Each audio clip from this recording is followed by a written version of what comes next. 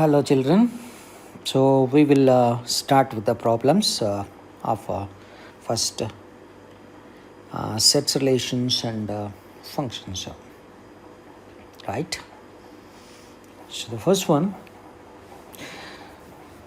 you are given the universal set A, B and find the value of A intersection B complement. A intersection B complement. When I proceed the calculation here, I would better we follow the universal set. First set A consisting of the elements 1 to 5. Okay, set B consisting of 6, 7. So the universal set consisting of the numbers 1 to 10. So 1, 2, remaining 3, 4, 5, 6, 7, 8, 9 and 10.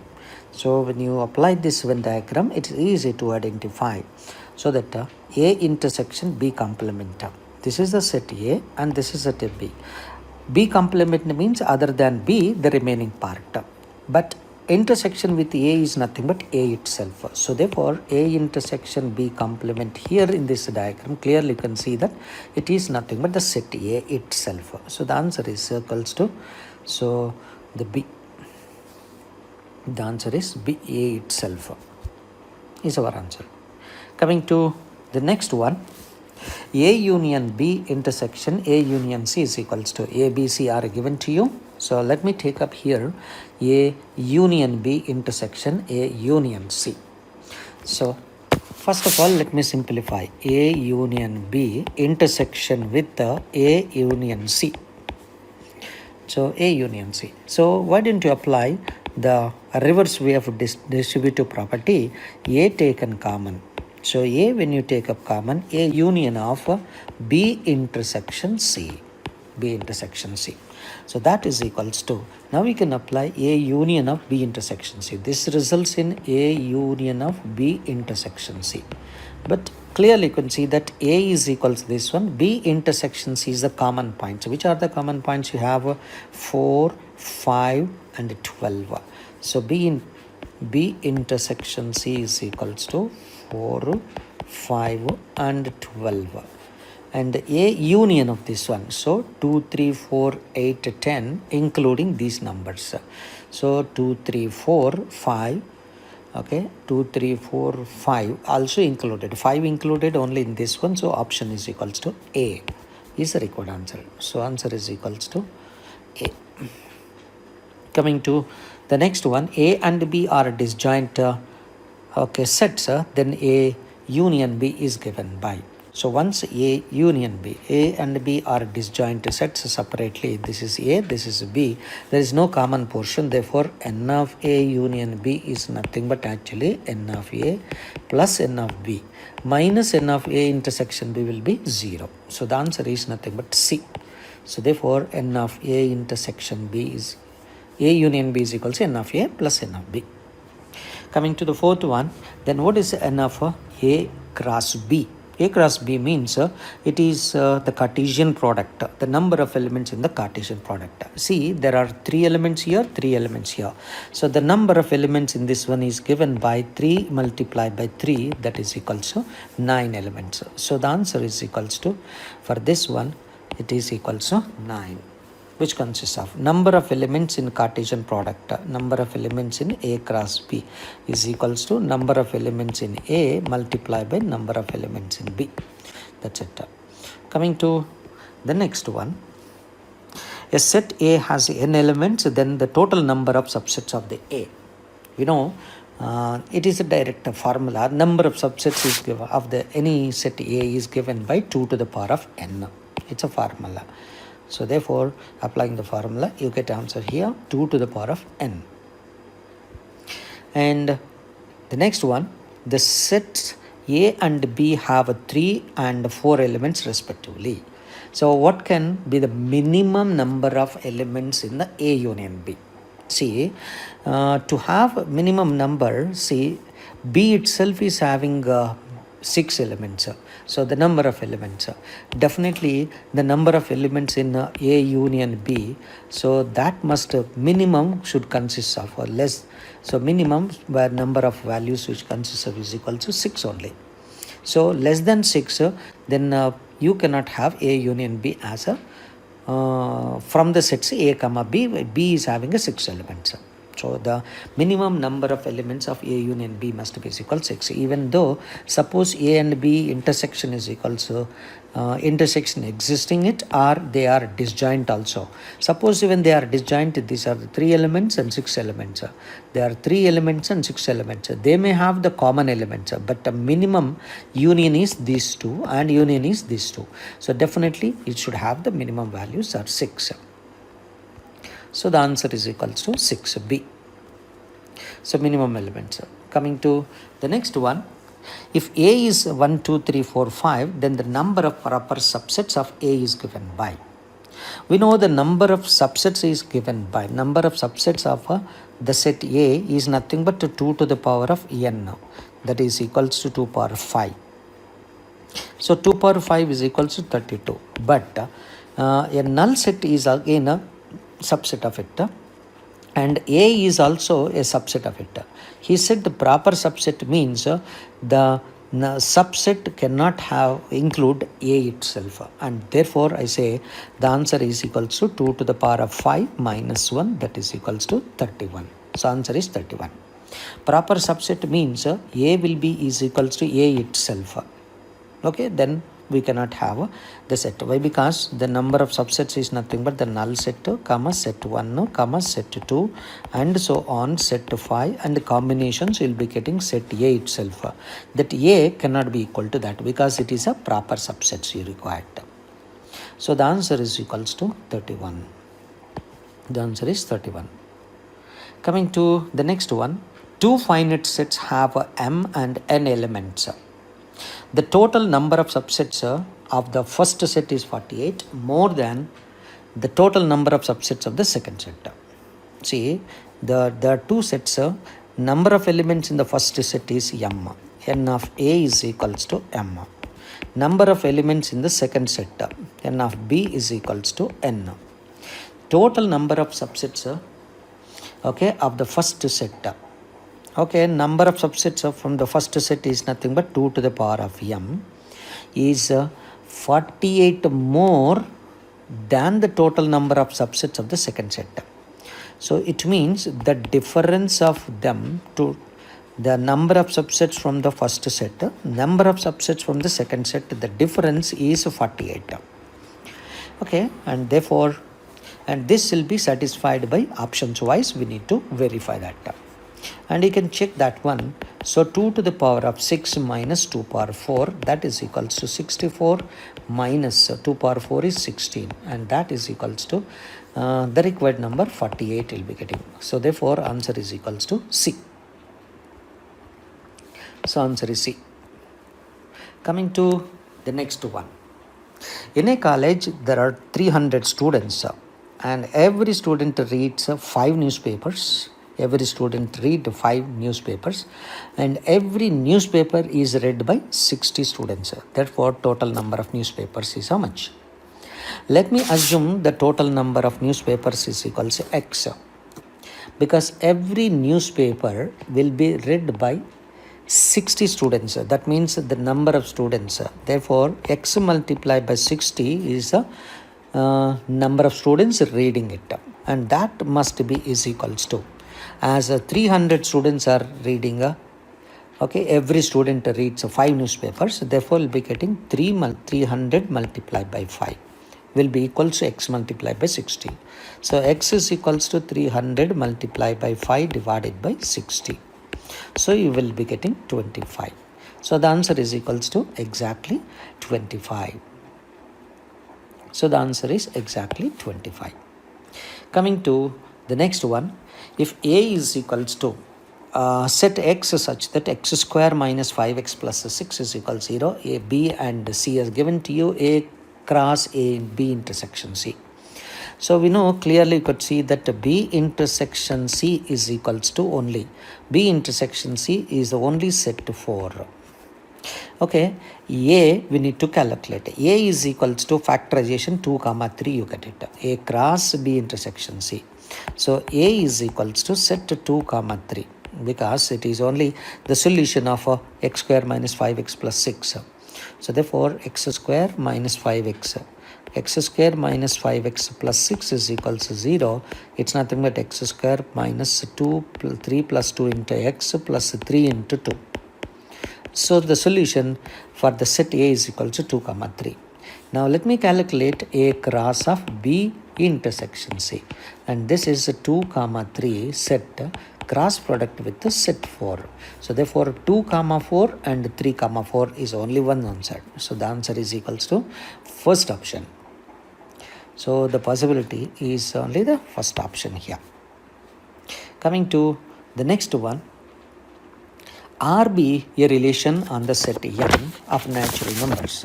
RB a relation on the set of natural numbers defined by x is in relation to y if and only if x plus 2y is equals 8. Then what is the domain of R? Since x is a real number satisfying the condition, I would consider 2y is equals to 8 minus x. Now let me take up the x values. When x is equals to 1, how much is the y value? Y cannot be possible. Why? Because y is actually 2y is a even number. Therefore, you must subtract only the even numbers. So if x is equals to 2, y is equals to I hope 8 minus 2, 6 by 3, 6 by 2, that is equals to 3. Got it? Y is equals to 3, right? Now, and therefore x is equals to 3 when I substitute, not possible. X is equals to 4 when I take up. So y is equals to 2, right? And x is equals to 6 when I substitute. Then 8 minus 6 is 2, y is equals to 1. And after 6, 7 and 8 you cannot substitute because y is a natural number. And therefore you cannot take up the value of x greater than 6. So the pair which you are getting 2, 3 is one ordered pair, and 4, 2 is another ordered pair, 6, 1 another ordered pair. So in this one, the domain is nothing but the first coordinates. So the domain of the relation is equals to 2, 4, 6. The answer is 2, 4, 6 is a C option. So answer is C option. Coming to the next one. If A is equals to A, B, C and R is equals to A, P, B, P and A, P, B, A, B, C. The relation is, first of all, let me check the reflexivity. When I take up, since there are three elements A, B, C, A you have, B you have, but C you don't have it. C, C does not belong to R and therefore it is not reflexive. So therefore not reflexive. Let me take up the symmetry. You have B, C. B, C is existing it, but C, B does not belong to the relation and therefore it is not a symmetric relation. So next one, transitivity. As you have A, B, okay, belongs to R and B, C belongs to R. But A, C does not belong to R. And therefore it is not a transitivity also. So therefore it is neither reflexive nor symmetric nor transitive. So answer is none of these. So answer is none of these. Coming to the next one. If A is equals to 2, 3, 4, 5, then which one of the following relation is a function from A to itself? Okay, let me take up the first one. Take up A to itself is set. So when I take up the first one, A option. So when I take up A, F1, it is nothing but actually the set y is equals x plus 1. When x equals to 2, y is equals to 3.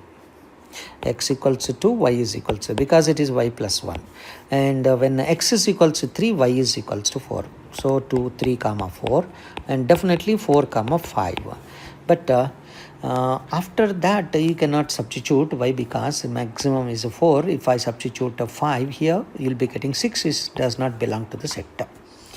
So but in this case, no doubt it is 1, 1 and on 2. But you cannot define, is it 1, 2 function? No. Therefore it cannot be possible.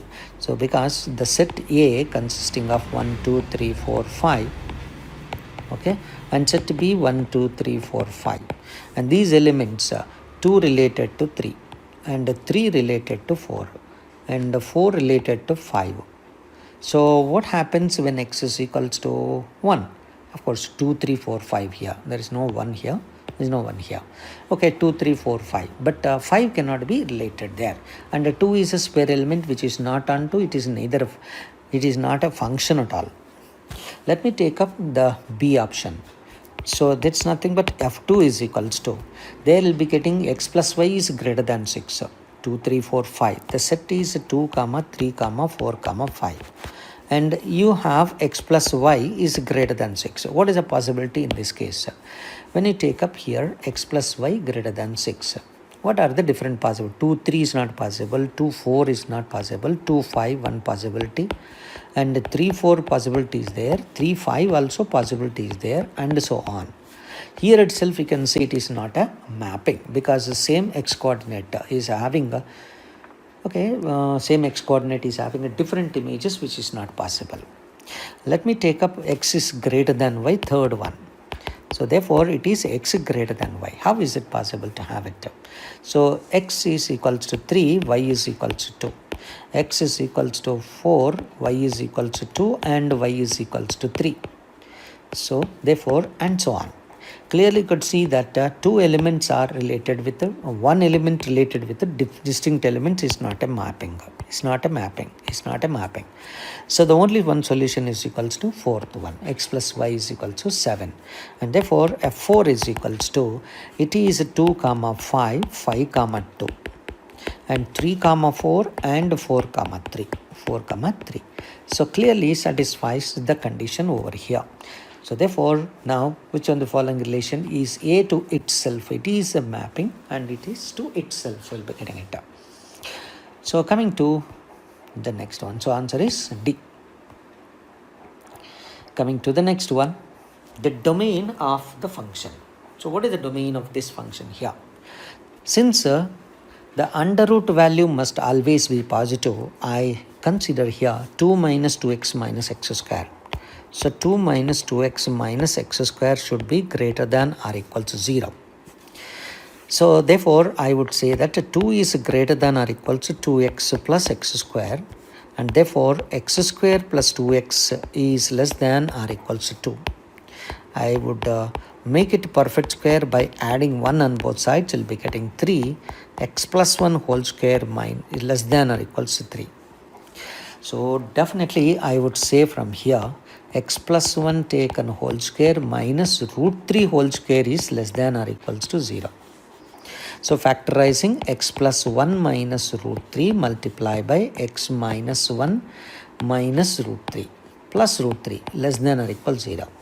So this is an equality, and therefore x value lies between minus 1 plus root 3 and as well as here 1 minus root 3. No. It is supposed to be 1 minus root 3 and this is supposed to be minus 1 plus root 3. So clearly you could see that 1 minus root 3 and minus 1 plus root 3. So the answer is equals to, in this case, minus 1 minus root 3 minus 1 plus root 3 is our required answer. Okay, right. Minus root 3 plus 1, it is a plus 1 minus 1 minus root 3 minus 1 plus root 3. Clear? Right. So answer is equal to B. Coming to the next one. So when I take up f of x is equals to 1 plus x to the power of 4, then what is f of x into f of 1 by x? So let me calculate here. So f of x is equals to 1 plus x to the power of 4. F of 1 by x is equals to, it is 1 plus 1 by x to the power of 4. So what is the product of these two? F of x multiplied by f of 1 by x. When you multiply, you get it 1 plus x power 4 plus 1 by x power 4 plus 1. So definitely this is nothing but it is 2 plus x power 4 plus 1 by x power 4. I got it. So but when I take up here, option wise you can choose that one, the first one, f of x plus f of 1 by x. When you add f of x plus f of 1 by x, that is equals to 1 plus 1, 2 plus x power 4 plus 1 by x power 4, exactly coinciding answer, and therefore that is equals to f of x into f of 1 by x. So therefore I would say that it is the f of x into f of 1 by x equals to f of x plus f of 1 by x is a correct answer. Coming to the next one, the number of objective functions from the set A to itself. Objective functions from set A to itself. If A contains 108 elements, number of bijective mappings. Yes. So number of bijections. Actually, from set A to A, the number of bijections. To have a number of bijections, you must have n of A must be equals to n of B, and B is equals to A itself. B is equals to A itself, and therefore the number of mappings is equals to n factorial is the formula. So therefore, as there are 108 elements there, the number of bijections would be 108 factorial. So the number of bijections from set A to itself is nothing but 108 factorial. Coming to the next one, what is the domain of this function here? As you know, that under root value must always be positive. The first square root of x minus 1 plus under root of 6 minus x. So first part x is greater than or equals to 1 compulsorily. Second one, x is less than or equals to 6. Therefore, x belongs to the interval. So 1 comma 6 is a required answer. Belongs to 1 comma 6 closed interval. So answer for this problem is equals to C.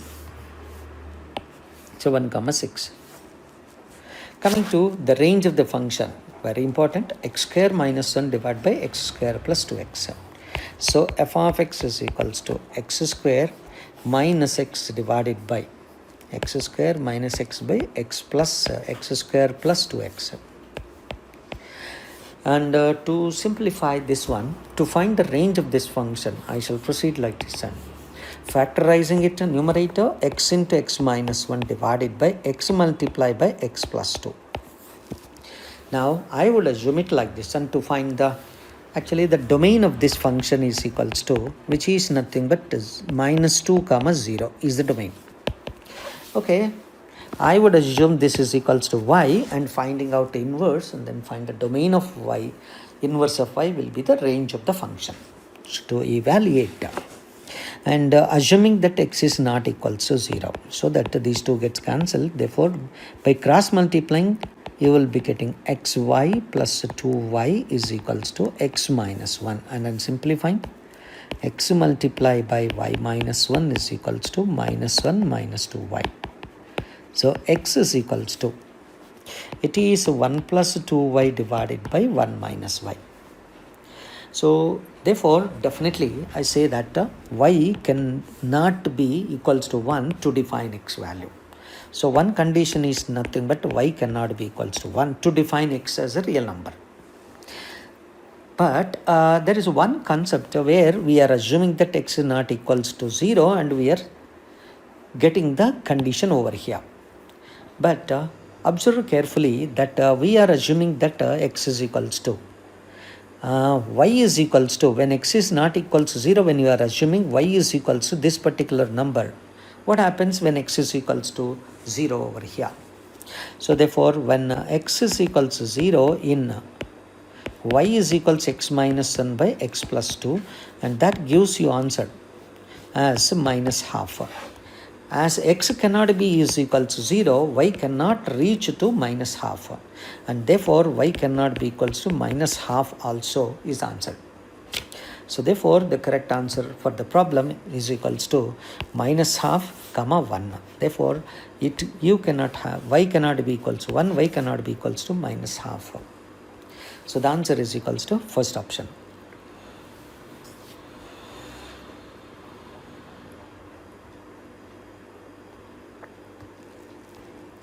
Let's proceed now. The next one is about the domain of sine inverse of 2x plus 1 by 3.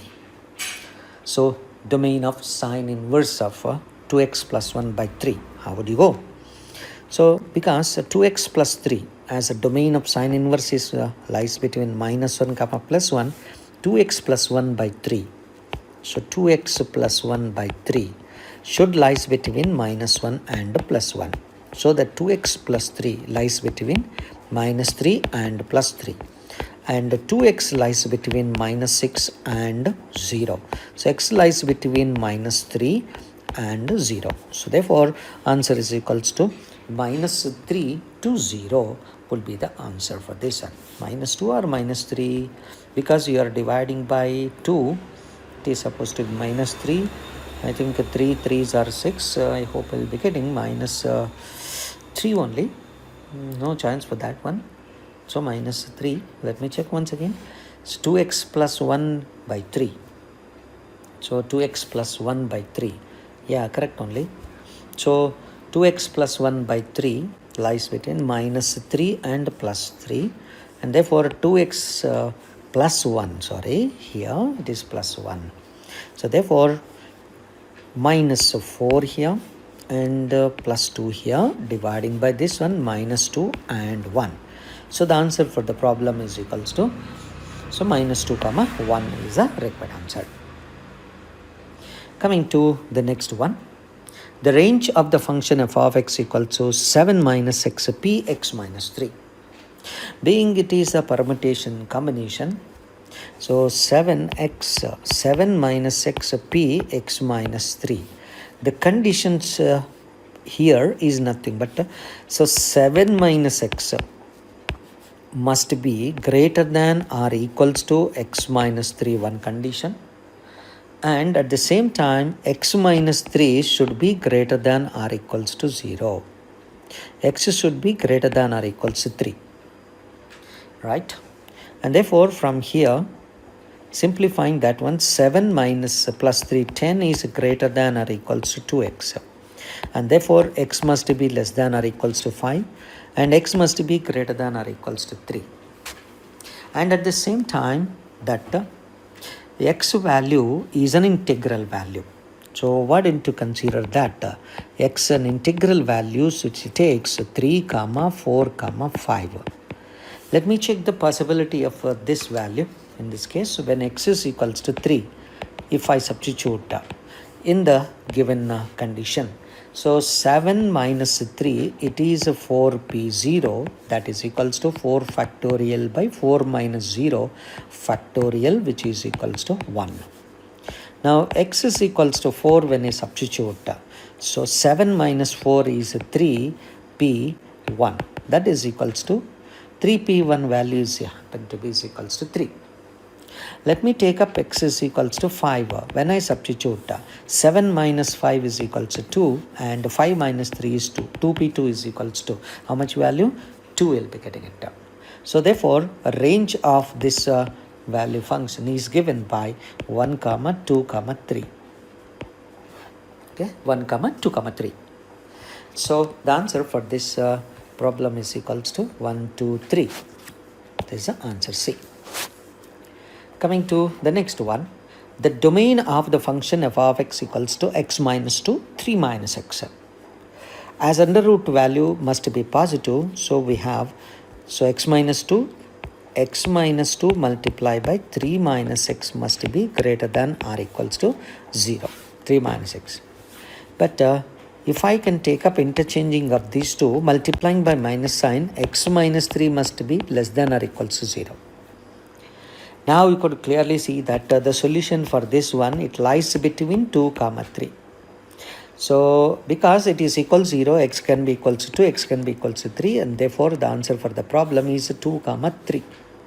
Solution for the problem is 2, 3. Satisfies the condition over here. Right? Yes. Coming to the next one. Let's proceed. F of x is equals to x minus 1 by x plus 1. Then what is f of x? Is equals to how much? Yeah. So f is equals to x minus 1 by x plus 1. So that implies f of x is equals to It is fx minus 1 divided by f of x plus 1. And then you substitute x minus 1 by x plus 1 over here. X minus 1 by x plus 1 minus 1 by x minus 1 by x plus 1 plus 1. And take up LCM of that. X minus 1 minus x minus 1 divided by x minus 1 plus x plus 1 is equals to. And simplifying, I hope we'll be getting minus 2 divided by 2x. That equals to minus 1 by x. So answer for the problem is equals to minus 1 by x. Right? Coming to the next one. If f of x equals x minus 1 by x plus 1, then what is the inverse of the function? So f of x is equals to x minus 1 divided by x plus 1. Hope it's right? Right. To evaluate the inverse of the function, let me calculate equate it to y. Express x in terms of y. So that gives you x minus 1 is equals to xy plus y. X multiplied by 1 minus y is equals to 1 plus y. And that implies x is equals to y plus 1 divided by 1 minus y. Y plus 1 divided by 1 minus y. And this is nothing but f inverse of y. So inverse of the function is equals to x plus 1 divided by 1 minus x. So when you take up answer for this one, 1 plus x by 1 minus x will satisfy the condition over here, right? So the answer is equals to B, right? Coming to the next one. You are given a function f and a function g, and find the values of x such that g of f of x is equals to 8. So you are given that g of f of x is equals to 8. But what is f of x? 2x plus 3. So therefore we'll be getting g of 2x plus 3 is equals to 8. But what exactly g function x square plus 7? Okay, so therefore g is nothing but x square plus 7. In place of x, you replace by 2x plus 3. This is x square plus 7 is equals to 8. X square plus 7 should be equals to 8. Now this is a quadratic equation. Now we can simplify 4x square 12x plus 9 is equals to 1. So 4x square plus 12x plus 8 is equal to 0. Okay, dividing by 2, you'll dividing by 4, I think we can be getting x square plus 3x plus 2 is equal to 0. So x is equals to minus 1 minus 2 are the results. So therefore x is equals to minus 1 minus 2. So clearly you see C is the answer. Coming to next one. G of f of x is equals to modulus of sin x. F of g of x is equals to sin root x whole square. Okay, there is no other choice that you have to proceed from the option wise. Let me take up the first option. F of x is sin x. F of x is equals to sin x. And g of x is equals to root x. G of x is equals to root x. That's the first option. So let me consider here g of f of x is equals to g of f of x is equals to g of f of x means it is under root of f of x. Okay, under root of f of x. Sin square x, sorry, I think it is a sin square x. First option is a sin square x here. So it is sin square x. And therefore g of f of x is equals to f of x. But f of x is nothing but sin square x. As we have the modulus sign, so we must consider this is nothing but the modulus of sin x. So we may not be knowing whether it's positive or negative. And therefore g of f of x is equals to modulus of sin x, exactly satisfying the first one. And similarly f of g of x is equals to sin root x. F of g of x is equals to sin root x. Let me check over here. Sine of root x. Yes. F of g of x sine root x whole square. Obviously, we can see that one. In this case, g of x is equal to root x. And f is equal to sine. Can I write this one as a sine square of root x? Yes. If that is the case, I can replace this one as a g of x. It's nothing but sine square of g of x. Sine square g of x, and therefore it is satisfying the condition that f of g of x is equal to sine root x taken whole square condition.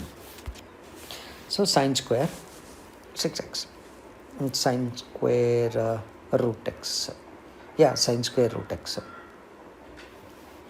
and this is nothing but actually g of x. So sine root x and this value exactly satisfying the condition here. So therefore g of x is equals to root x. Sine root x whole square, I'm supposed to get it, sine root x whole square. Just I got directly here. Substituting g of x value is equals to root x and f of sine x value. You can check up, otherwise f of g of x is equals to, f is nothing but sine square of root gx.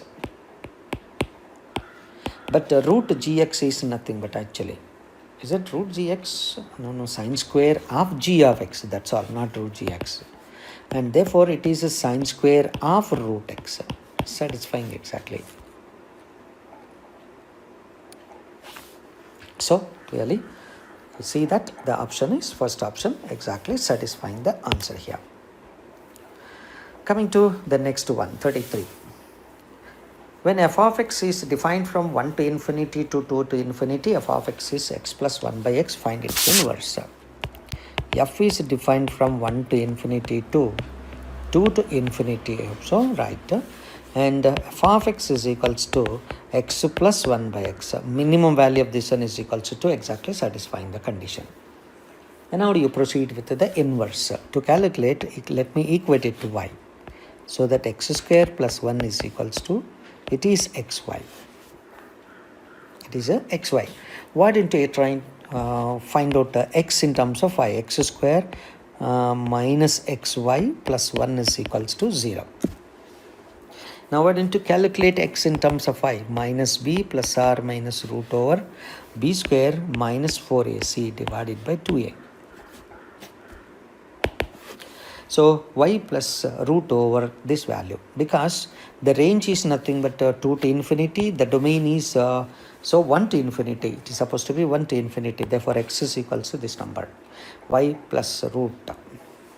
So definitely when you take up option wise, you have the inverse of the function x plus root of x square minus 4, x minus root of x square minus 4.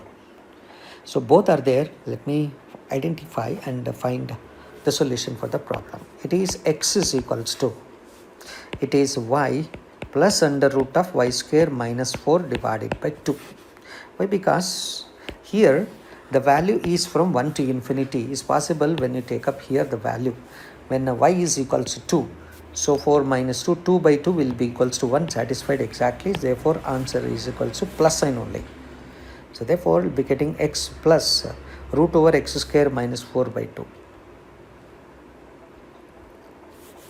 So the answer for the problem is equals to A itself.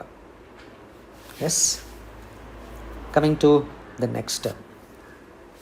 So let us proceed a few problems related with the statistics and linear inequalities and programming.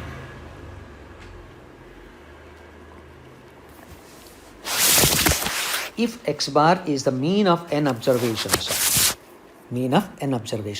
definitely x bar is equal to sigma xi divided by n, which implies sigma xi is equals to n into x bar. So the value of this one, it is a sigma xi minus x bar is nothing but actually sigma xi minus sigma x bar. This means nothing but x bar, the mean has to be added n times. And but sigma xi is nothing but nx bar. And minus this is n times of x bar. Both of them subtraction is 0. So the answer is equal to 0. The answer is 0. C. Coming to the next one. x1 to xn be n observations and x bar be their arithmetic mean, then the formula for standard deviation is equal to how much? We know the standard deviation direct formula, this one among the options wise, it is 1 by n under root of x sigma under root of 1 by n sigma xi minus x bar taken whole square. Now coming to, so the answer is equal to C. It is a direct formula. You need to memorize a certain formula. You have to remember it. Coming to the next one. The mean of 100 observations. The mean of 100 observations is 5. The mean of 100 observations, that means n is equal to 100. The mean of 100 observations is equals to, so x bar is equals to 5. Mean of 100 observations is 5, means the mean, this is the mean mu, and this is the number of participants. So the mean of observations, that means n is equal to 100 and a is equals to 5. Okay, then the standard deviation is equals to 50. Standard deviation means it is a sigma is equals to 50. The sum of squares of all deviations is equals to how much? Sum of all squares of deviations is how much? So we know sigma square is nothing but actually sigma xi square by n minus sigma I by n taken whole square of it. But this is nothing but the mean. So x sigma square is equal to sigma xi square by n minus, this is actually the mean. The mean of the square is nothing but how much here? 25. And how about this value? That value is given to you 50, and therefore sigma xi square divided by n is equals to sigma square minus plus x bar square, and that implies a sigma xi square is equals to, it is n multiplied by sigma square plus x bar square.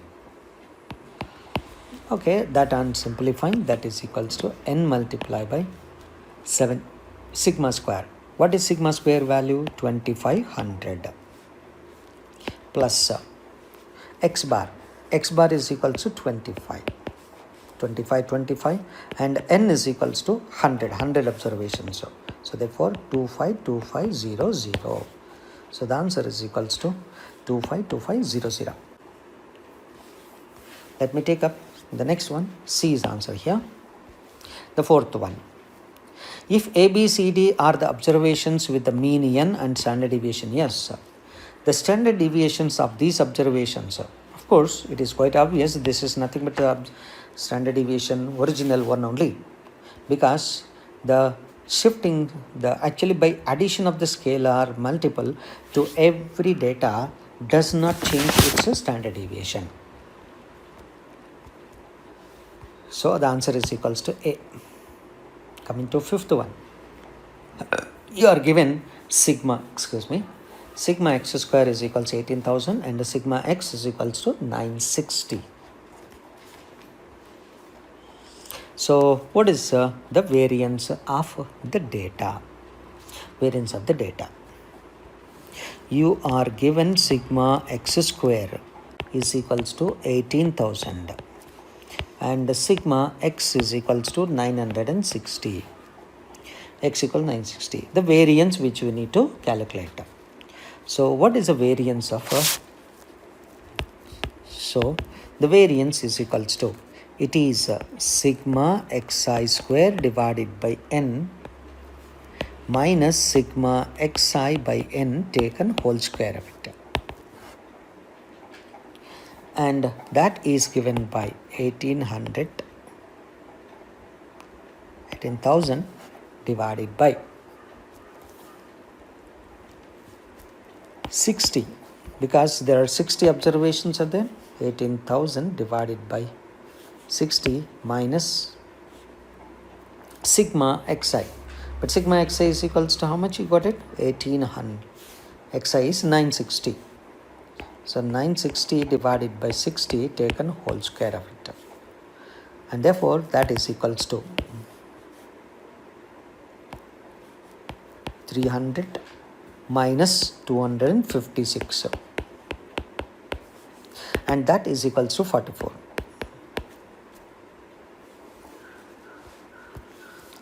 Yes, coming to, so the answer for this problem is equals to 44.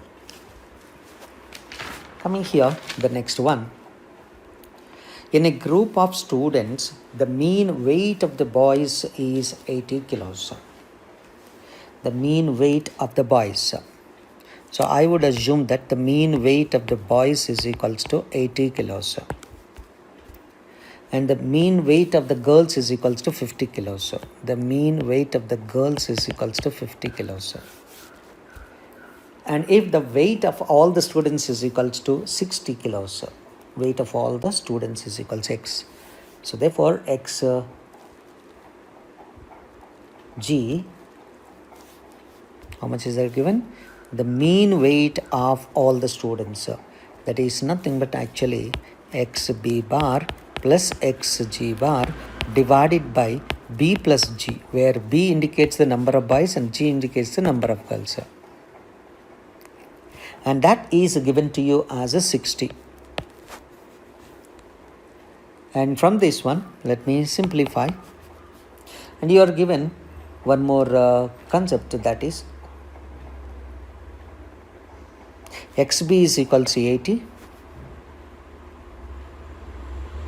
The mean weight of that one. So I think it is not the mean. I think it is a sigma xb and this is sigma xg. Sorry. From here, we can say that sigma xb by n, that by b, where b indicates the number of boys, that is equals to 80. At the same time, sigma xg divided by g is equals to 50. So from here, sigma xb is equals to 80b. And sigma xg is equals to 50 times of g, the number of girls. Okay, therefore from here, you can see that it is 80 times b plus 50 times g divided by b plus g is equals to 60. Now I have to simplify this one. So let me take up here 80b plus 50 times of g is equals to 60b plus 60g. And 80b minus 60b is a 20b is equals to 10g. And therefore b by g is equals to, or g by b. So the girls by boys is equals to 2 divided by 1. The ratio is equals to 2:1. The answer for the problem is equals to 2:1. Coming to the next one. The standard deviation of n observations. Standard deviation of n observations is equal to sigma, then the standard deviation of lambda times of lambda 1, lambda 2, lambda 3. See, remember one thing, that for all observations xi, the standard deviation is nothing but the sigma. Sigma is the standard deviation. And the variance is nothing but, and you are given that the standard deviation is a sigma and the variance is nothing but sigma square. If I multiply lambda to every element of the data, then the standard, the variance should be multiplied by lambda square. So the variance should be multiplied by lambda square. And therefore from here, the standard deviation is nothing but modulus of lambda multiplied by sigma. Therefore, the standard deviation varies as, so modulus times of lambda. So keep in mind one thing. Suppose if the data x, will be having the mean is equals to mu, and the standard deviation is sigma, and the variance is sigma square. then for the data ax plus b, the mean will be a mu plus b, whereas the standard deviation will be is equals to modulus of a multiplied by sigma. Variance will be a square times of sigma square. So the addition will not affect any of the value of the standard deviation, but the multiplication would be changing it. So the answer for this problem is equals to modulus lambda sigma. Next one. The coefficient of variance of two distributions are 50% and 60%. So the coefficient of variance. The coefficient of variance is nothing but the sigma divided by x bar into 100 is nothing but actually coefficient of variance. You are given that one is nothing but actually the 5%. It means coefficient of variance one data. The coefficient of variance of one distribution is equals to 50%. That's nothing but actually sigma 1 divided by x1 bar, that is equals to 5%. 5% or 50%? 50%. So therefore it is 50 divided by 100. Coefficient of variance is equals to 50 by 100. And similarly, the coefficient of variance of the second one, that will be 60%. So therefore, this is sigma 2 by x2 bar, and that is equals to 60 by 100. And you are given the data, the means are nothing but 30 and 35. So the mean is 30, 35. Sigma 1 divided by 30 and sigma 2 divided by 35. 30 and 35. You are asked to calculate now the difference of their standard deviation. And that is equals to, you have 50 by 100 and this is equals to 60 by 100. Simplifying, lambda is equals to, sigma 1 is equals to 50 by 100 multiplied by 30. That is equals to 15. Sigma 2 is equals to 60 by 100 multiplied by 35 divided by 35. And simplifying this one, 35 or 25, I hope it is 25. Okay, let me check once. So okay,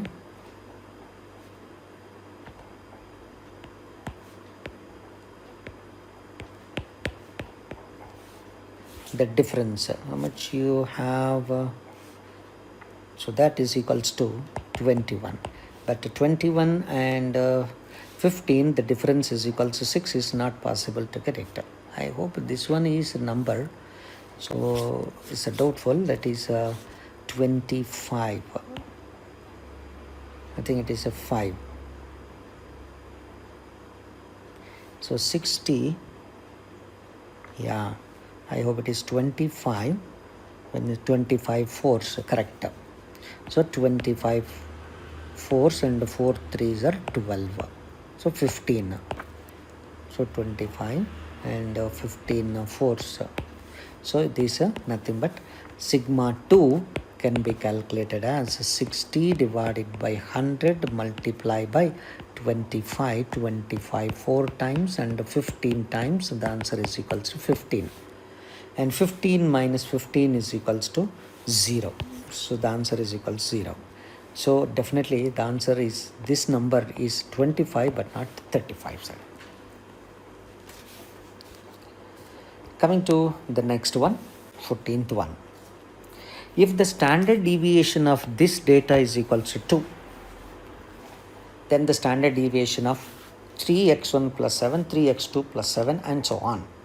See, the addition will not be affected. Okay, the standard deviation will not be affected by the addition of a number. But you are multiplying 3, so you need to multiply 3 to this one. Suppose if 2 is the standard deviation, the standard deviation of this data is equal to 2 multiplied by 3. Answer is equals to 6. Yes, the answer is C. Coming to the next one, the variance of the series of the form. So the variance of the series of the form. for 3x1 plus 5, the variance is equals to 36. So standard deviation is equals how much? 6. Okay, standard deviation is equals to 6. The standard deviation of the series of the form 5x plus 3 is equals to how much? So definitely the standard deviation of 3x1 will be equal to 6 only. And for x1 standard deviation will be equals to 6 by 3, that is equals to 2. And for 5x1 the standard deviation is equals to 2 multiplied by 5, that is equals to 10. And therefore 5x1 plus 3 standard deviation, and that gives you the answer is equals to. So I hope we'll be getting 10. That's it, because the addition of 3 does not affect the standard deviation value. So therefore the answer is equals to 10. Okay, right. Coming to the next one. The mean of 100 items is 49, and it was detected later that 3 items were wrongly entered as 40, 20, 50. So the mean of 100 items is 49. The mean of 100 items is equals to 49. So I write it is a sigma xi is equals to 100 multiplied by 49, the mean. But in which there are 3 numbers which are written wrongly, and those wrong numbers are 40, 20, 50. So 40, 20 and 50 plus remaining, that is a sigma xi, sorry, I think it is xi dash is from here, you will be getting it as a 4900. See, these numbers, actual numbers are 60, 70, 80. So this number should be 60, this number is supposed to be 70, and this number is supposed to be 80. Plus sigma xi dash must be equals to. So how much is the extra that you are supposed to add? 20 plus this is a 50, and this one 30 plus 4900. So that this overall thing will gives us the sigma, okay, xi, that is equals to how much value you'll be getting it. So I think 30 plus 20, 50, 100, when you add up, you'll be getting 5000.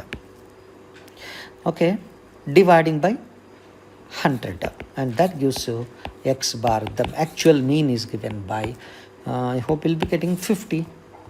The answer is equals to 50. Yes.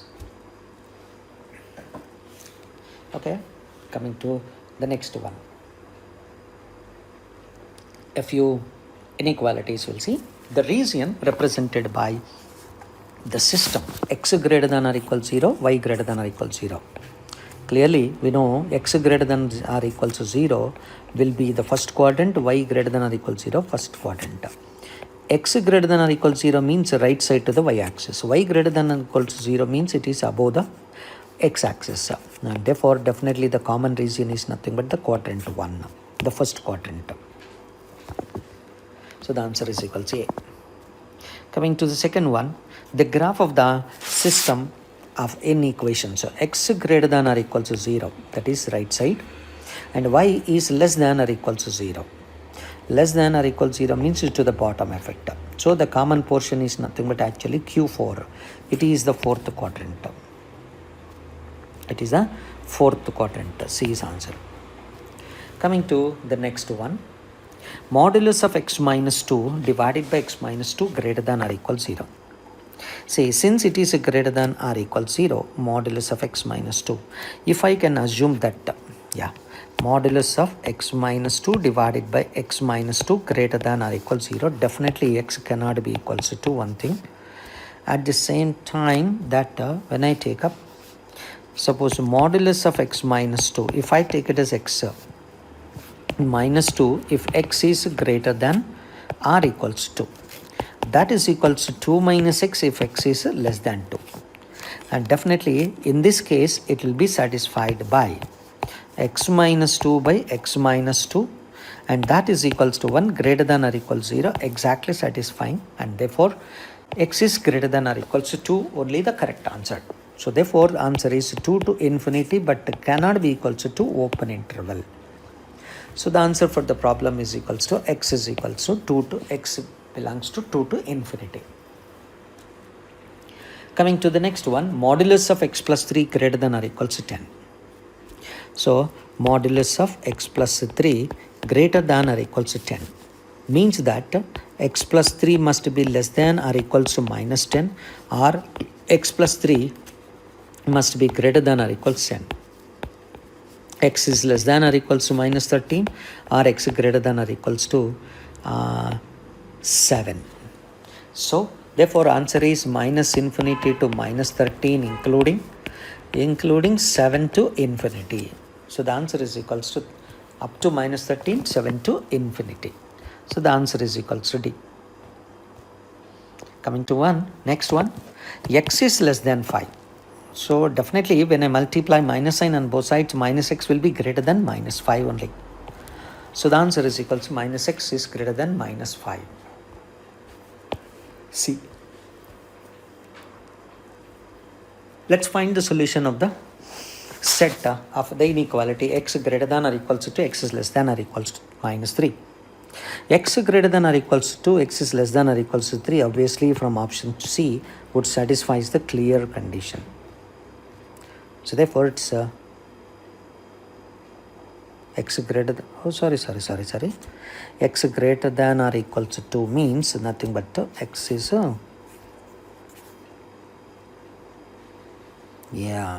x greater than or equals to 2, x less than or equals to minus 3. When they take up the number line, minus 3 is less than 2. So therefore x is less than or equals to minus 3, x is greater than or equals to 2. So therefore definitely there is no common solution for this one. The answer is equals to D. Correct. Let me take up here 2x minus 1. 2x minus 1 less than or equals to 3, 3x plus 1 greater than or equals to minus 5. So 2x is less than or equals to 4, x is less than or equals to 2, and 3x is greater than or equals to minus 6, and x is greater than or equals to minus 2.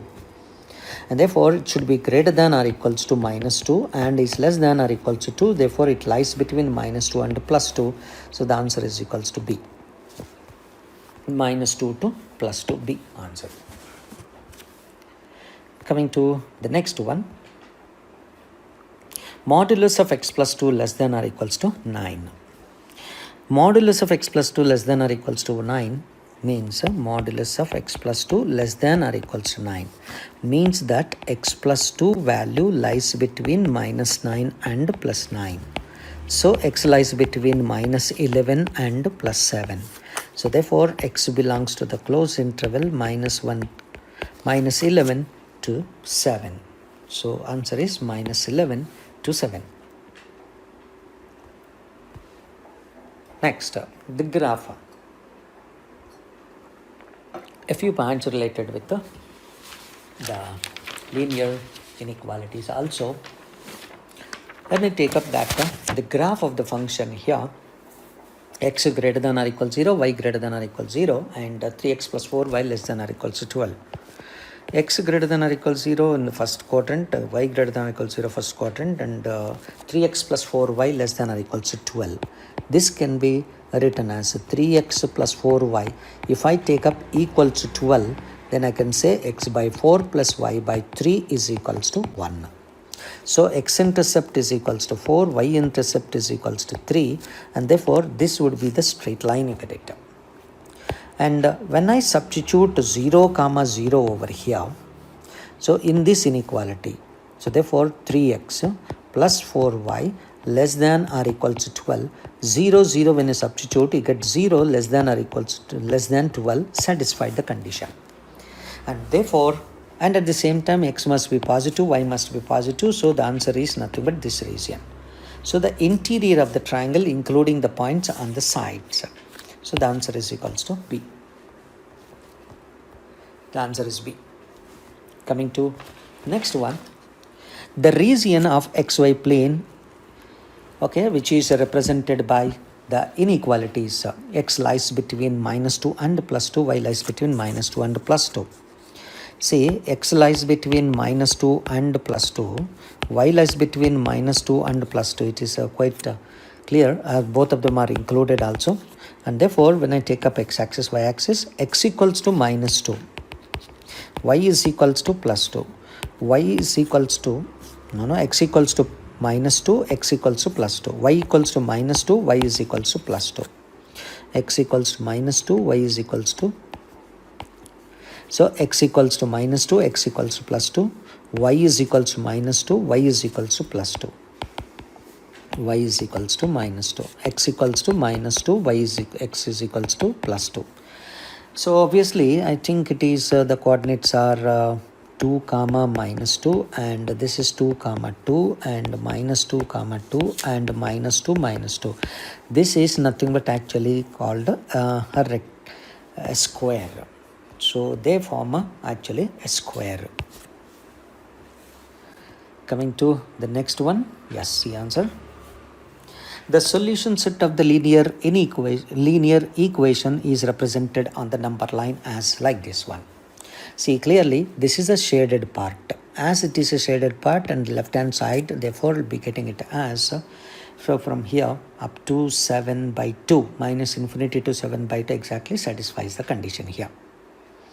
So 7/2, because this is not included, therefore it is open interval. So the answer is might be the first option. The answer is the first option. Coming to this one, and 9/2 is included because of the thick dot here, therefore 9/2 to infinity. So 9/2 included, and therefore 9/2 to infinity would be the answer for the problem. So the B is the answer. Coming here now, the graph of the inequality x square plus y square is greater than 0. Set the plane xy plane, that means all negative values, positive values, x square plus y square, set of all points in xy plane other than those who lies in the axis. So lies on axis, I think on axis, yes, 2 comma 0, 0 comma 2 satisfies the condition. There are also points. Set of all the points on xy plane other than the origin. 0, 0 when you substitute greater than. Yeah, set of all points in xy plane other than origin would satisfy the condition. I hope it satisfies the result here. So the answer is C, because 0, 0 when you substitute, it doesn't satisfy the equation here. Coming to the next one, the maximum value of z subject to the constraint that 2x plus y is less than or equals to 30x plus y less than or equals to 24. Let me take up here 2x plus y. Less than 30 means x divided by 15 plus y divided by 30 is equals to 1. So from here, x by 24 plus y by 24 is equals to 1. So if I can take up the inequalities, here the diagram, 15 and 30, x-intercept is a 15 and y-intercept is a 30. So this is a 15 and this is a 30, and this is 24, 24. This is a 24 and here it is 24. So this is one straight line and this is another straight line, both of them intersecting at the point, and that will be obtained by the solving the equation. So 2x plus y is equals to 30 and x plus y is equals to 24. So when I take up, I think x is equals to 6 will be satisfying the condition. Therefore y is equals to 18. So 6 comma 18. So generally in most of the cases the maximum value attains at the point of intersection of the two lines. So let me take up the maximum value. 6 6 are 36. The x maximum value is given by 36 plus 72. So therefore the answer is nothing but 108. So the answer is equals to 108. Let me check this condition here. This 108. Yes, answer is 108. Coming here, the next one. In the following figure, the shaded region is represented by. So which one is representing it? So 0, 0 has to be satisfied here because x greater than or equals 0, y greater than or equals 0. Of course, the last two are correct here, but When I take up the B option, that doesn't satisfy, this that doesn't satisfy, therefore you can discard them. And x less than or equal 0, this also you can discard it. So answer is equals to this one, because x is less than 0, y less than 0 doesn't satisfy. So the answer is equals to C. Is only one option. So answer is equals to C. Right. Okay. So this about some of the problems related with the sets relations continuation. We take up the other part of the problems in the next video. Thank you.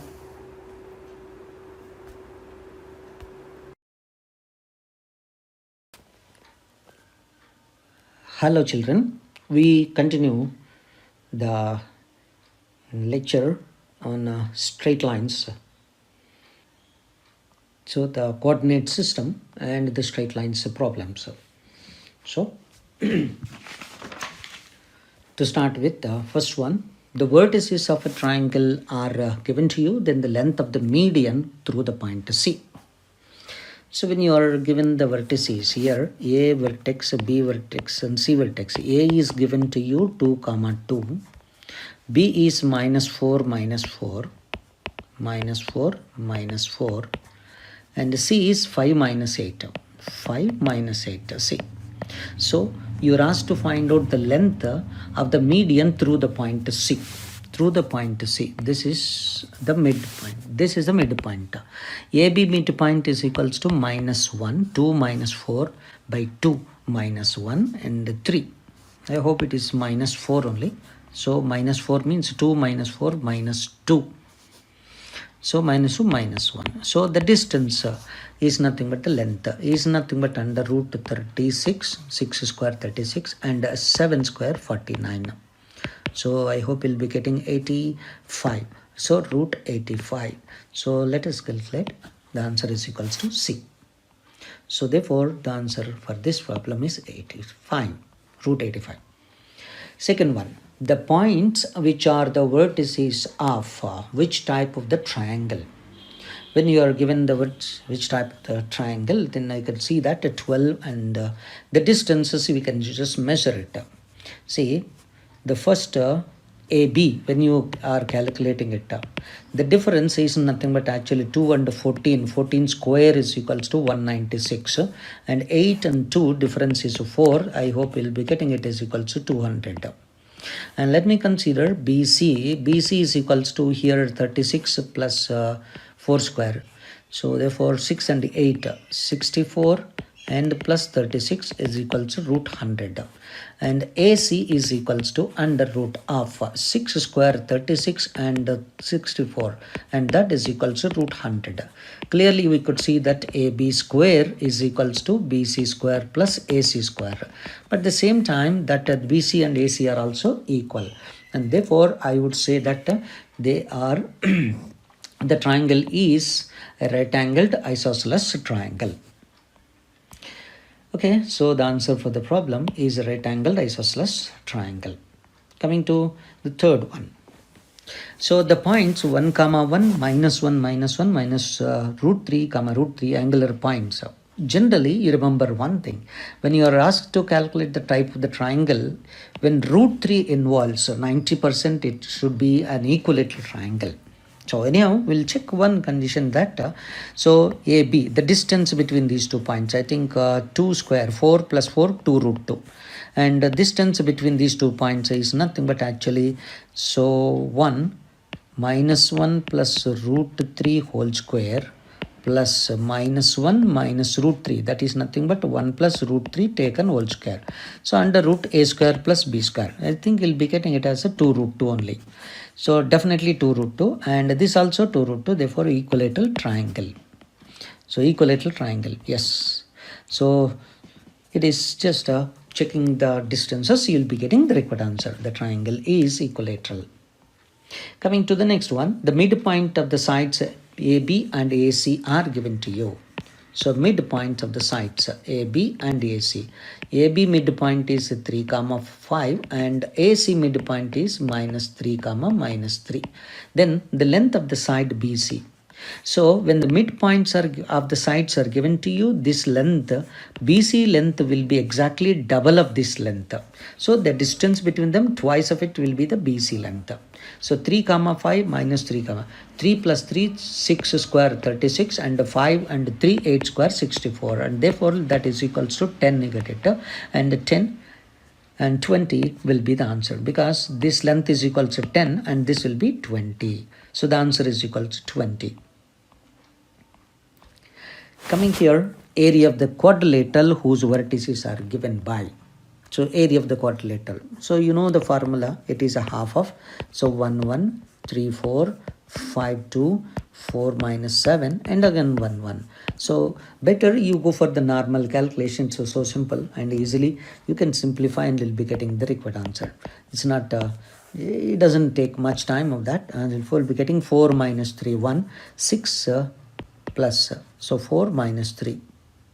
So 6 minus 20 minus so 14, and the next one is minus it's 4 minus 7, yeah, minus 35 minus 8 minus 35, I think 43, yes, plus 4 plus 7 is 11. So when you simplify 43, yeah, so 43, 14, so you'll be getting 57 minus 12. When you subtract, I think you'll be getting 45. 45 by 2. So 45 upon 2. So the answer is equals to C. So the answer is equals to 45 by 2. Coming here, the next one. A given to you, B given to you. The point P divides in AB internally such that AP by, I hope it is a PB, sir. That's not AB. Of course, to get the answer, you have to get PB only. But the other way also, you can do it AP, and AB is also there. So I explain about this one. AP is to PB. AP is to PB is equals to 2 is to 1. Clearly you could see that this is the P point divides in the ratio 2 is to 1. A point is 1 comma 2 and it's 5 comma minus 1. It is just a section formula. 2 5s are 10 plus 1 11 divided by 2 and minus 2 plus 2 0. So answer is equals to B option. So answer is the B option here. But the question is, what happens suppose if it is not PB, suppose option Y. So if it is AB itself and the fill up the blanks are there, then automatically it takes time. So I tell you one technique of calculation here is like this one. If you are given AP by AB itself, so AB not PB, that is equals to 2, and you are given any 2 points, either AB given or PB given or PA given to you, you are asked to calculate the other point. Then in that case, why don't you apply the vector concept? So it is a P minus A, okay, divided by B minus A is equals to 2. So that P minus A is equals to 2B minus 2A. So that if you want to calculate a P, therefore you'll be getting 2B minus A, you get it. So a relation between A, B, P, you'll be getting it. So whichever 2 points are known to you, you substitute and calculate the third point. So by this calculation, if you calculate, you get a different answer, not matching of any of the options. So I took it as a P, and thereby you got the answer correctly, 11 by 3, comma 0. Coming to the next one. Okay. 10th one. When A given to you, B given to you, then the points are such that PA plus PB is equals to 2. But observe very carefully, the distance between A comma B is equals to 4 itself. So therefore, so A point and B point. Can you be able to find the P point? Suppose if it lies on this one, AP plus PB is supposed to be is equals to plus 4, but AP plus PB is less than 4 is given to you, it is 2, which may not be possible to find out. You may not be able to find the point P over there. And suppose if the point P doesn't lie on this line also, you'll be getting the more value, AP plus PB. So definitely AP plus PB will be more than the value. So which is not possible to find out such locus problem. So the locus of P doesn't exist in this case. So answer is none of this. Let me consider the next one. So answer is equals to D. Take up the next one. If 0, -1, 0, 3 are the two opposite vertices of a square, then the other two vertices are given to you. Okay, so these are the opposite vertices of a square given to you. So therefore 0, -1 and 0, 3. Okay, the other vertices you need to find out. So clearly we could see that the option wise you can just verify that being the x coordinates are same, therefore the y coordinates must be the same for these coordinates. That's only the difference, because this line is a perpendicular to this one. This line lies on the line x is equals to 0. Definitely this line supposed to be perpendicular to x is equal 0, so y is equals to constant compulsorily.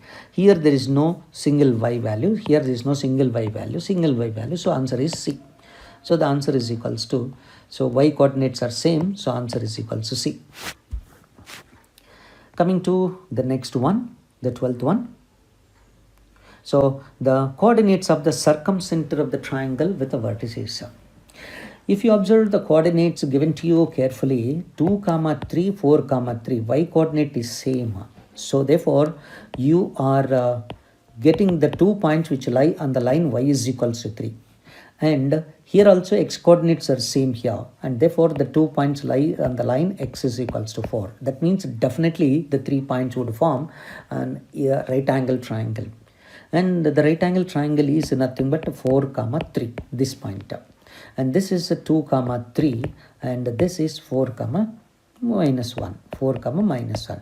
So definitely once it is right angle triangle, the midpoint of these two will be the circumcenter of the triangle. So the midpoint is nothing but 6/2, 3, 3, something, 3 and 1. So answer is equals to C. So 3, 1 will be the answer for the problem. So check up based on the given data, we need to analyze this way. Let me consider the orthocenter of the triangle. Similar to the previous problem, if you closely observe that one, the y coordinate is same here and x coordinate is same here. It means the A comma B points lies on the line y is equals to 2.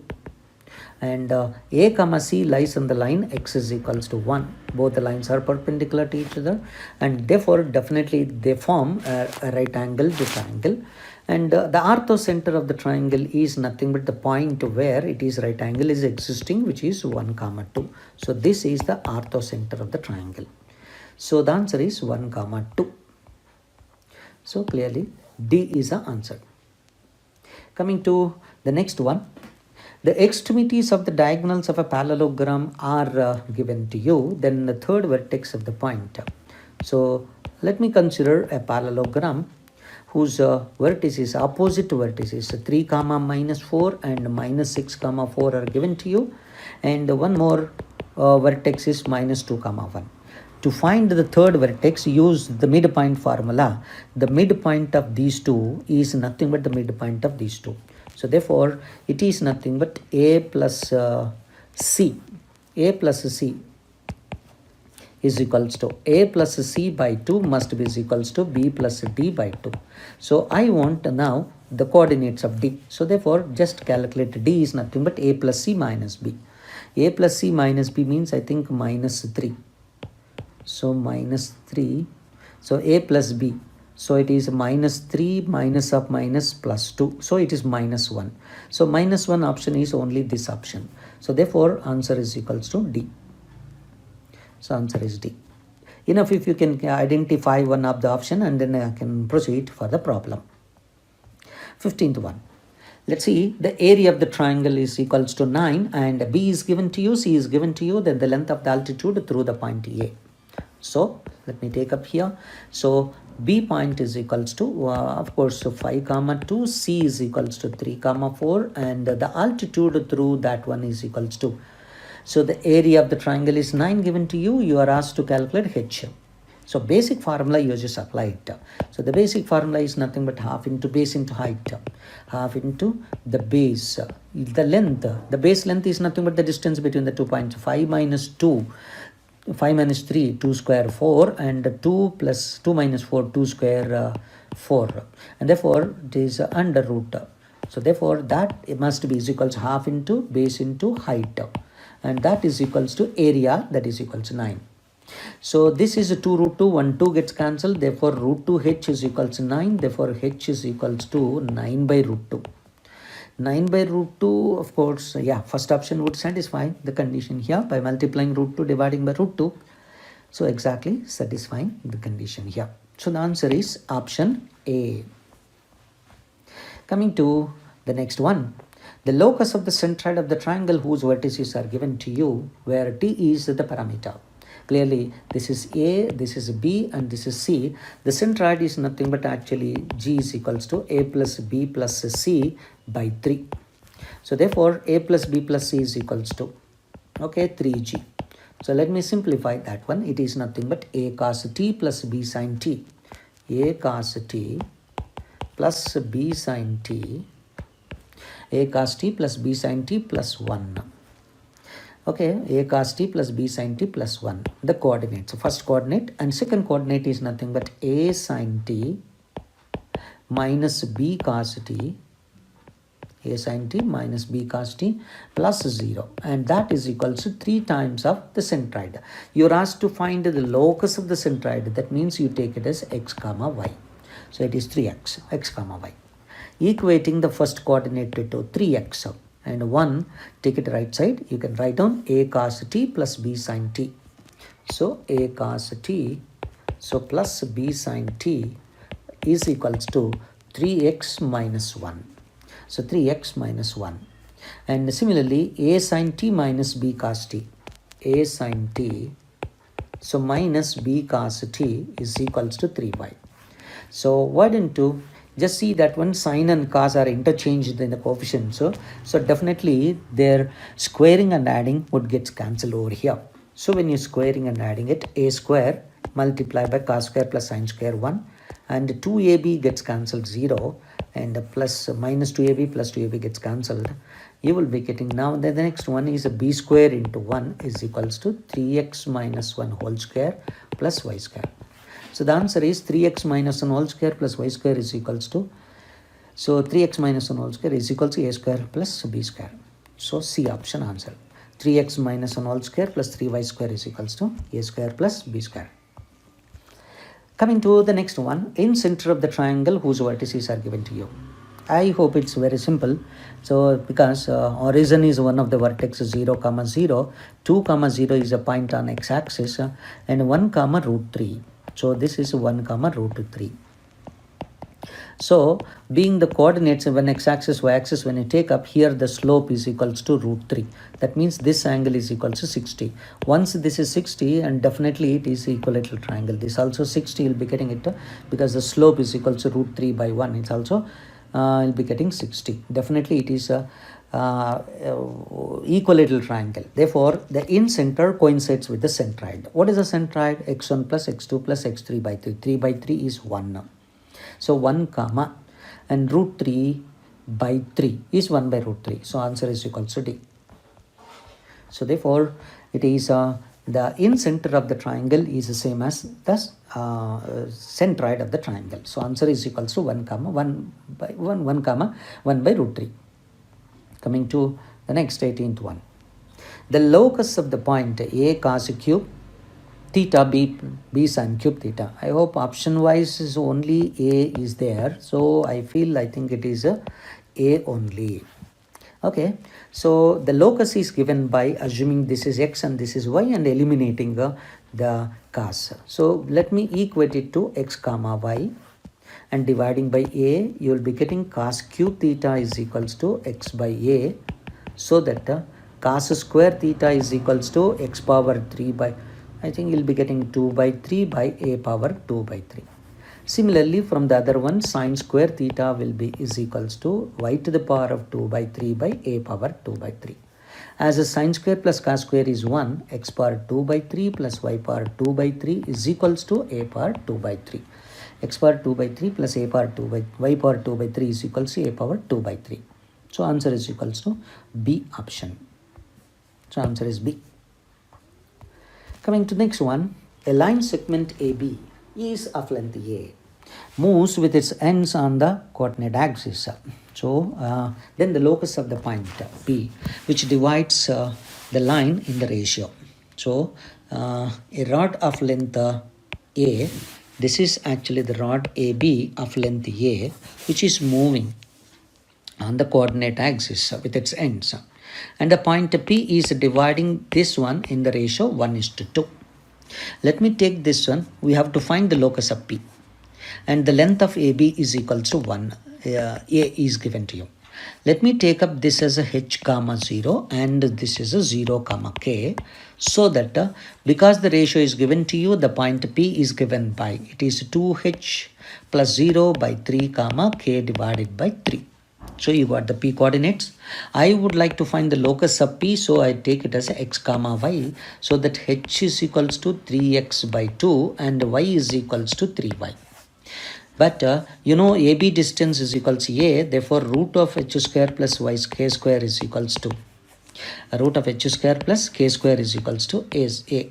And therefore h square plus k square, 9x square by 4 plus 9y square, okay, is equals to A square. Therefore, so from here I'll be getting x square plus y square 9 times 4y square, and that is equals to 4. You get it. So 9 times x square plus 4y square is equals to 4. So 4a square, sorry, I think you'll be getting 4a square because a square is there, 4a square. So the answer is equals to, so we'll be getting C, 9 times of x square plus 4y square is equals to 4a square. So coming to the next one, the line x plus y is equals to 4 divides the line segment in the ratio, line joining the 2 points. This is point x1, y1 and this point is x2, y2, 5 comma 7. A line divides the line joining the 2 points, L, the line L, in the ratio minus L11 by L22. So, and L11 means the first point substitution, that's minus of, in the L, the straight line, you substitute minus 1 comma 1. So, minus 1 plus 1 minus 4.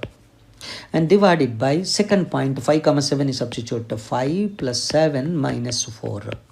And that is equals to minus of 1 gets cancelled, minus 4 divided by 5 plus 7 is a 12 minus 4 8. So the answer is equals to 1 by 2. So 1:2 is answered. So minus L11 by L22. So is answered. So you'll be getting the answer as 1:2. Clear? Right. Hope you understood. Let me proceed to the next question. A line passes through 2 comma 2 and is perpendicular to the line, having a y-intercept.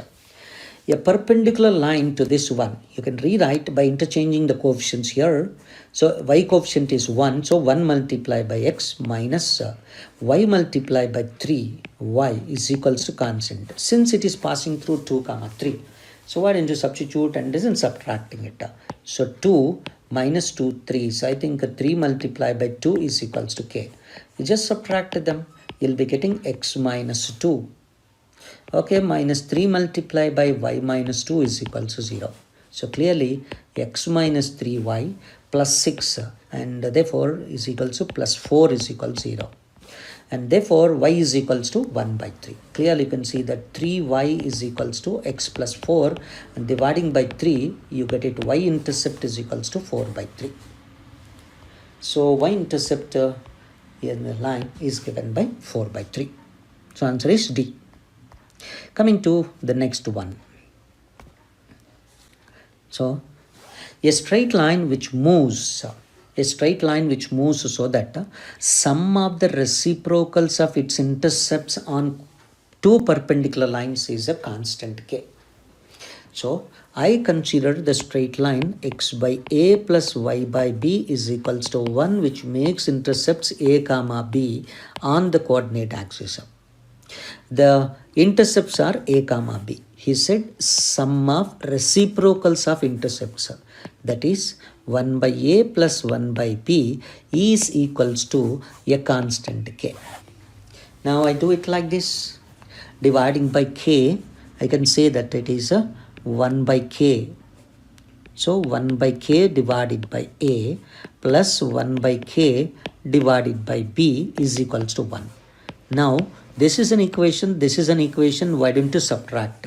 Thereby subtracting 1 minus 2 gives us x minus 1 by k divided by a plus y minus 1 by k divided by b is equal to 0. Clearly you can see that irrespective of a comma b values, this is a straight line which is passing through 1 by k comma 1 by k. So therefore it is a fixed point. So therefore that irrespective of whatever be the a comma b values. So the line always passes through the point 1 by k comma 1 by k. So the answer is D. Coming here, the next one is about the foot of the perpendicular drawn from the point 0 comma 5 onto the line. So foot of the perpendicular drawn from this one. I think you can verify that one, the point which satisfies the given equation. 1 comma 3 I think doesn't satisfy. So 1 comma 2 comma 3 I think it is 6 minus 12. No, it doesn't satisfy. 3 comma 2 9 and 8 and that doesn't satisfy. 3 comma 1 yes 9 yes satisfied. So 3 comma 1. Let me check once again that the slope of line joining these 2 points will all be perpendicular to this one. The slope will be I think at 4 divided by minus 3. The slope of this line is equals to 3 by 4. So product of slopes equals to minus 1. So answer is equals to, so 3 comma 1. Directly it satisfies the condition. So the answer is equals to D. Verification can be done. The angle between the two pairs of lines. Yes, y is equals to mx. So therefore tan theta. So tan theta here, tan alpha is equals to 2 minus root 3. Here tan alpha slope is equals to 2 plus root 3. And definitely this angle is equals to how much? So root 15 degrees. This is 15 degrees. This is 75 degrees. So therefore the angle between them is nothing but the difference of these angles. So 75 plus 15 is nothing but 60 degrees. So the answer is equals to 60 degrees. Right?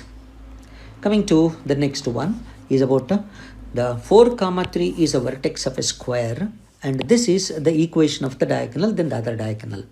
So in case of, because it is a square, definitely if one diagonal is 3x plus 2y minus 7, definitely it's the other diagonal will be perpendicular to this one and passing through 4 comma 3. So therefore why can't you take up this perpendicular line? So perpendicular means 2 multiplied by x minus of 4, right? And minus 3 multiplied by y minus 3. Y minus 3 is equal to 0. So 2x minus 3y minus 8. 2x minus 3y is only one option. Therefore, answer is equals to C. Of course, from here, by look at this option also you can see, but there is none of the option. We need to check very carefully. So it is minus 8 and plus 9, and I think it is plus 12. I hope it's not satisfying. I think so. Minus 8 and plus 9. Not satisfying. Let me check answer here. So therefore, I hope that answer could be this one or none of these. Yes, none of these correct, because the answer seems to be that one, because none of this is given to you. So 9 minus 8 is plus 1, you are getting it. So answer is none of this, only the correct, not this one. So we need to be very careful, and evaluation only. You have to evaluate and then you have to re-verify once again. The number of lines that are parallel to this one and having an intercept of length 10 between the coordinate axes. So let me take up the line which is parallel to 2x plus 6y is nothing but 2x plus. So I can take up this one as x plus 3y plus constant is equal to 0, right? The intercept on axis are given by x divided by minus 1 by k plus y divided by minus k by 3. Am I right? Minus k, I think so. Minus k is equals to 1. So the length of intercept between the axes, this is x-intercept, this is intercept, and therefore length of intercept is nothing but root of k square plus k square by 9, and that must be is equals to 10. By squaring, I think you get a quadratic equation. Therefore, the k values, you'll be getting 2 values of k, you get it. So I hope there will be 2 lines which satisfies whose length is equal to 10. So answer is equals to 2. Yes, correct. Coming to the next one. So the image of the point. And one more important case here I would like to tell you here, because intercept is equal to 10, being this line, definitely it is not the perpendicular to the line either y is equal to x or y is equal to minus x. And its intercept is equal to 10, therefore it is slightly inclined. And therefore, if this length is 10, there will be another line which is like this one. This will also be 10. There will be only two lines which satisfies whose length is equal to 10. Okay, so directly we can also, that way also you could guess it. Coming to the next one, the image of the point on the line. The image of the point on the line, I hope we'll be getting it. Y is equals to minus x 3 comma 3. Y is equals to minus x, this line, this is a 3 comma 3 means minus 3 would be the answer. So minus 3, minus 3. The image of this point with respect to this line, y is equals to minus x. So answer is minus 3 and minus 3, D option. Coming to the next one, the condition that these three lines are concurrent. Yes, yeah. So condition that the lines are concurrent. When three lines are concurrent at a point, then the point of concurrence is given by. Point of concurrence, isn't it actually the common point for all of them? 0, 0 doesn't satisfy. And minus 1 also doesn't give you answer. But 1, 1 exactly satisfying all the three, and you are getting a condition that a plus b plus c is 0. It means 1, 1 would be the point of concurrence. Yes, because none of these cases there, and you can check once that one ABC and BCA, CAB, and we know this is nothing but actually when you expand this one, you'll be getting of course 3ABC minus a cube minus b cube minus c cube, which is actually minus of a plus b plus c multiplied by the remaining factor. And of course, this determinant is equal to 0. This equals 0 means a plus b plus c equals 0, one of the condition exactly satisfying it. So coming to the next one. So answer is C. Clear? Now coming to the next one, distance between the two lines. Definitely distance between the two lines means must be the parallel lines. Can I write this one as a 3x plus 4y is equals to 15 upon 2? So the difference is nothing but 15 by 2 minus 9. 15 by 2 minus 9 divided by 5. C1 minus C2 by root of a square plus b square. I think 18 means 3 you'll be getting it. Numerator 3 divided by 10. So the answer is equal to 3 by 10. So the answer is 3 by 10. Coming to the next one, the equation of the bisector of the acute angle between the lines. Of course, you will be getting 3x minus 4y minus plus 7 divided by 5 equals to plus or minus. You'll be getting 12x plus 5y minus 2 divided by 13.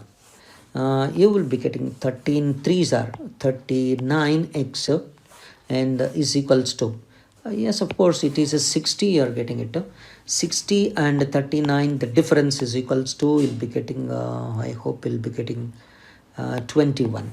So 21 may be this line or maybe this line. Could be possibility. Let me take up the y coordinate, the difference of this one. So you'll be getting it. I'm assuming it is a positive sign, and then I'm taking it. 13 4s are 52.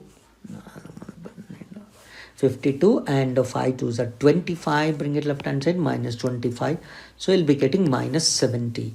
So minus 77. So therefore the answer would be this one only. So answer is C option. So C option. Sorry, the acute angle. Sorry, I forgot to calculate that one. So acute angle means definitely we need to work out the problem. So definitely one line will be getting it this one. Another line we need to take up the minus sign. If I take up, so 39, okay, and 5 2s are 6, and you will be getting 99 divided. So therefore you will be getting 199x. Other value 13 4s are minus 42, so minus 52, and 5 5s 25. So plus 25 70 plus 25. So you'll be getting minus will become plus. So 25 you'll be getting 7. So 5, 4, 2 is 27. So 27. So you'll be getting negative 27. So I hope you'll be getting negative value of 5. Dividing by 9, you'll be getting 11x minus 3y. So this is 11x plus 3y. This is 11x minus 3y. So the answer is equal to D is the right answer. Sorry, I made a mistake. So this is one condition. Acute angle I did here. So if it is acute angle or obtuse angle, yes, you can just verify it. Which one is that one? But sometimes what happens, to acute angle, you can just apply the concept which you can, if you can remember the formula, it's easy to calculate. And you can take up one of the option wise, one of the bisector you get it, one of the given lines you take up, then calculate the tangent of angle between the lines. And if you take up the acute angle value will be less than 1, that will be the acute angle bisector, right? Coming to the next, the common point for the set of lines. This is said to be concurrent lines. Rewrite this one, the terms containing x, containing k and do not containing k value. So let me take up the k value, common. K is nothing but 2x here plus 3y minus 5. And the terms do not contain k. This is nothing but x plus y minus 2. That is equal to 0. This is in the form of L1 plus lambda times L2 is equal to 0. Therefore, this represents a family of lines whose point of intersection is nothing but the solving these two, you get it answered. So, x plus y minus 2. Definitely 1 minus 1 not satisfying. Minus 1 minus 1 not satisfying. This is a satisfying it.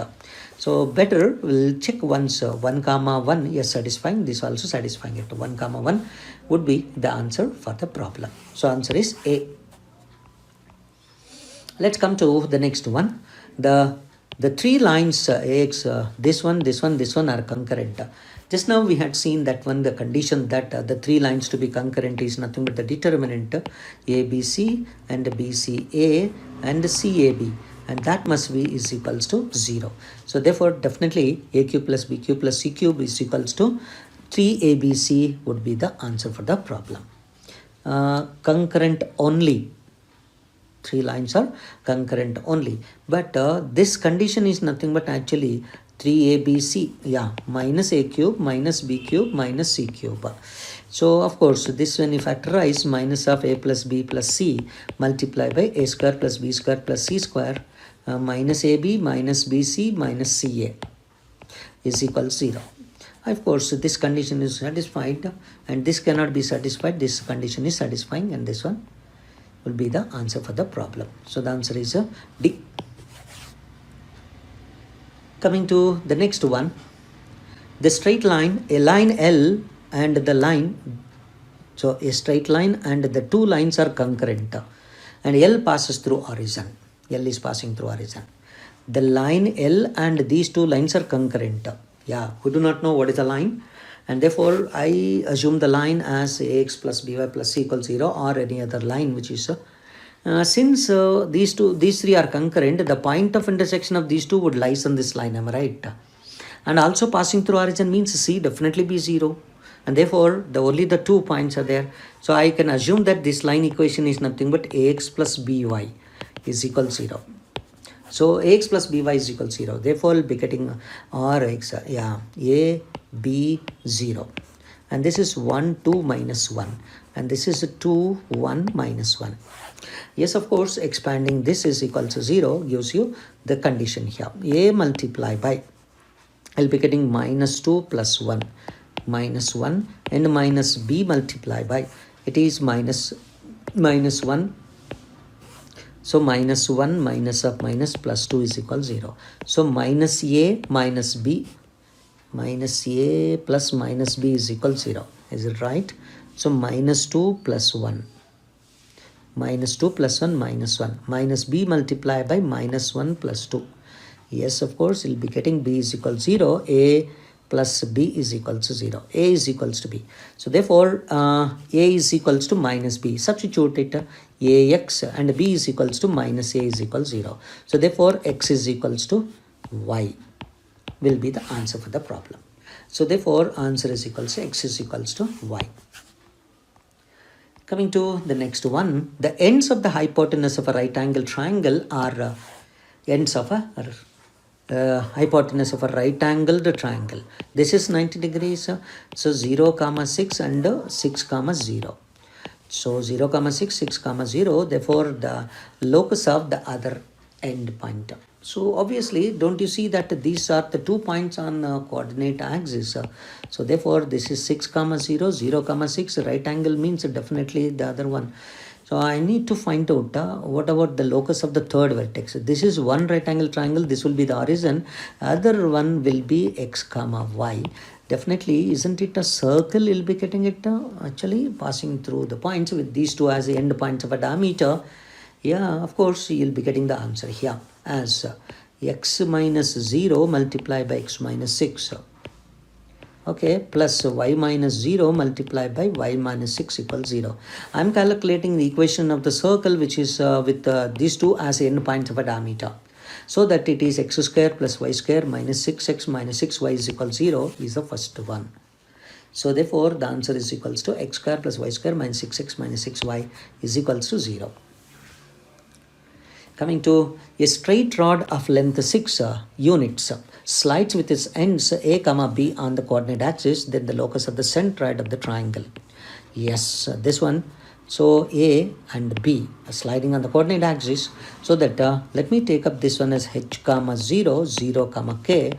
So that the centroid of the triangle OAB is nothing but h by 3 comma k by 3, whose locus need to calculate. You take it as x comma y. So therefore h comma k. So that h is equals to 3x and y is equals to 3y. And therefore, and AB length is equals to 9, and therefore root h square plus y square. H square plus k square is equals to 9 square 81. So therefore, 9x square plus 9y square is equals to 81. That means x square plus y square is equals to 9 would be the required answer. So the answer is equals to x square plus y square is equals to 9. Okay, x square plus y square equals 9. Coming to the next one. The equation of a straight line making an intercept 3 on y-axis and inclined at an angle 45 degrees to the x-axis. Yes, of course, this is making intercept of length 3 and makes an angle 45 degrees with x-axis. Definitely, this is a straight line which is passing through 0, 3. Of course, y is equals to m is equals to 1 x mx y plus 3 y is equals x plus 3 would be the answer for the problem. Y is equals mx plus c. Yes, I hope the enough problems we have done it in case of a straight line.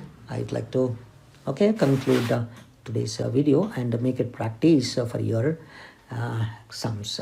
Okay.